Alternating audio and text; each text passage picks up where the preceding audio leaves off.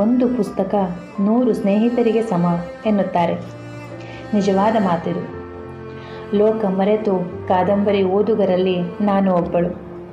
ಕೆಲವೊಮ್ಮೆ ಲೋಕ ಮರೆಯಲೆಂದೇ ಓದುತ್ತೇನೆ. ಕೆಲವೊಮ್ಮೆ ನಿತ್ಯ ಕಾರ್ಯವೂ ಮರೆತು ಹೋಗುವುದೆಂದು ಪುಸ್ತಕವ ಬದಿಗಿಡುವೆ. ಆದರೆ ಒಮ್ಮೆ ಪುಸ್ತಕ ಕೈಗೆ ಬಂದರೆ ಕೊನೆಯ ಪುಟವನ್ನೇ ಮೊದಲೋದಿ ಬಿಡಲೇ ಅನ್ನಿಸಿದ್ದಿದೆ. ಓದಿದ್ದೆಲ್ಲ ಖಂಡಿತ ನನಗಂತೂ ನೆನಪಿನಲ್ಲಿ ಉಳಿಯದು. ಆದರೆ ಮತ್ತೆ ಯಾವಾಗಲಾದರೂ ಆ ಪುಸ್ತಕದ ಮುಖಪುಟ ನೋಡಿದಾಗಲೂ, ಒಂದೆರಡು ಪೇಜು ತಿರುವಿದಾಗಲೂ ಸಾರಾಂಶವಾದರೂ ನೆನಪಾದೀತು.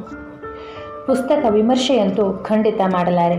ಏಕೆಂದರೆ ನಾನು ಅರ್ಥೈಸಿಕೊಂಡಿದ್ದಕ್ಕಿಂತ 100 ಪಟ್ಟು ಒಳಾರ್ಥಗಳು ಆ ಕೃತಿಯಲ್ಲಿರುತ್ತವೆ. ಅರ್ಧ ಪುಸ್ತಕ ಮುಗಿದಿದ್ದರೂ ನಾಯಕ ಯಾರು, ನಾಯಕಿ ಯಾರು, ಅಥವಾ ಘಟನೆಗಳೇ ಮುಖ್ಯ ವಿಷಯಗಳೇ ಎನ್ನುವುದೇ ಗೊಂದಲವಾಗಿರುತ್ತದೆ. ಈಗಷ್ಟೇ ಮುಗಿಸಿದ ಯಂಡಮೂರಿ ವೀರೇಂದ್ರನಾಥ ಅವರ ಮರಣ ಮೃದಂಗ ಓದಿದಾಗ ಹೀಗೆ ಆಗಿತ್ತು.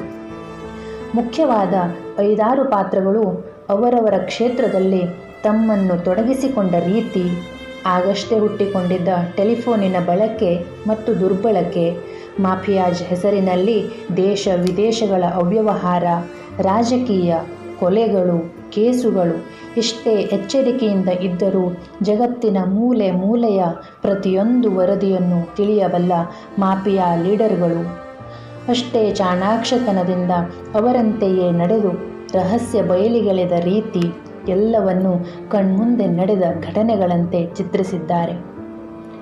ಇಂಥ ಅದೆಷ್ಟು ಸಾವಿರ ಲಕ್ಷ ಘಟನೆಗಳು ಇತಿಹಾಸ ಪುಟದಲ್ಲಿವೆಯೋ, ಅದೆಷ್ಟು ಜನ ಅಮಾಯಕರು ಘೋರ ಕೃತ್ಯಗಳಿಗೆ ಬಲಿಯಾಗಿದ್ದಾರೋ.